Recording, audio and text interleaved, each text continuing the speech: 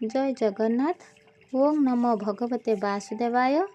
सस्मिता का life story को आपण मानक स्वागत। आउ एक नुआ रेसिपी। आज आम दोसा प्रस्तुत करवा। केवल अरुआ चाउल और उषुना चाउल आम दोसा प्रस्तुत करवा। प्रथमे झलक टिके देखि नियंतु दोसा को केउ भली रोल करा जाउछि।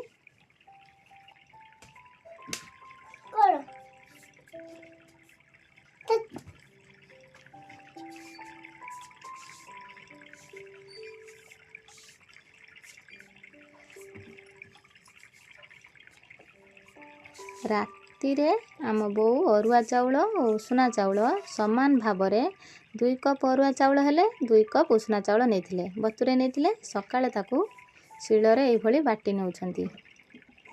देखंतु एभली प्लेन भाव में बाटी नेले आपण चाहिले ग्राइंडिंग मध्य करि परिबे। सेथिरे किछि चीनी ऐड कली,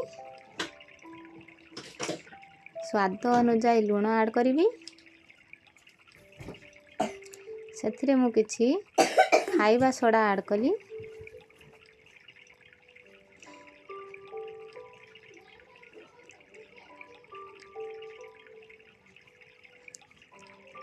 अल्प वाटर ऐड करी ता भल भाव में मिक्स करि नेबी। देखंतु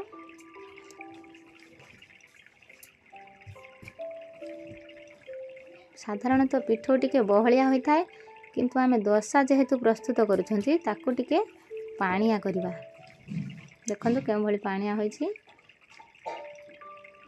गैस रे मु करेई गरम कर नेलुनी।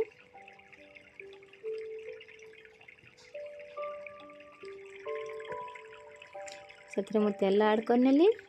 तेल को करेई रो सब स्थान रे मु भलो भाव रे लगे नेबी। देखंतु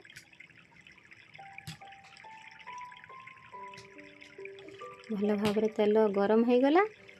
करेईर सबू जगार लगिगला। एबे मु सेथिरे पिठो ऐड करिवि आ भलो भाव रे घरे नेबी। राउंड शेप रे मु कर देली। देखंतु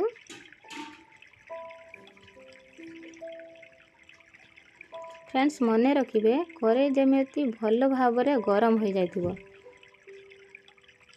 नहले पिठाटी भांगी जिबार चांस अछि।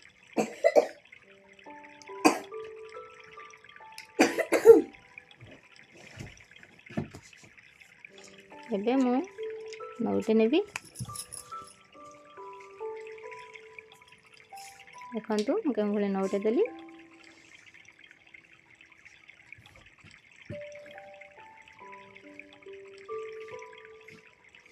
वर्तमान मु सॉल्व करिवि।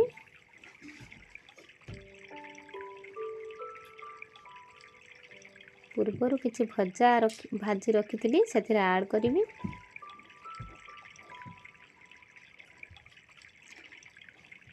ताको रोल कर नेबी। आपण चाहिए अन्यान्य पुअर मध्य नड़िया गुरा नहले किछि सॉस चटनी जहाँ भी दे आपण खाई परिबे। केउ भली सहज उपाय रे दोसा प्रस्तुत हो गला। खाइबा टेस्ट लागिबो।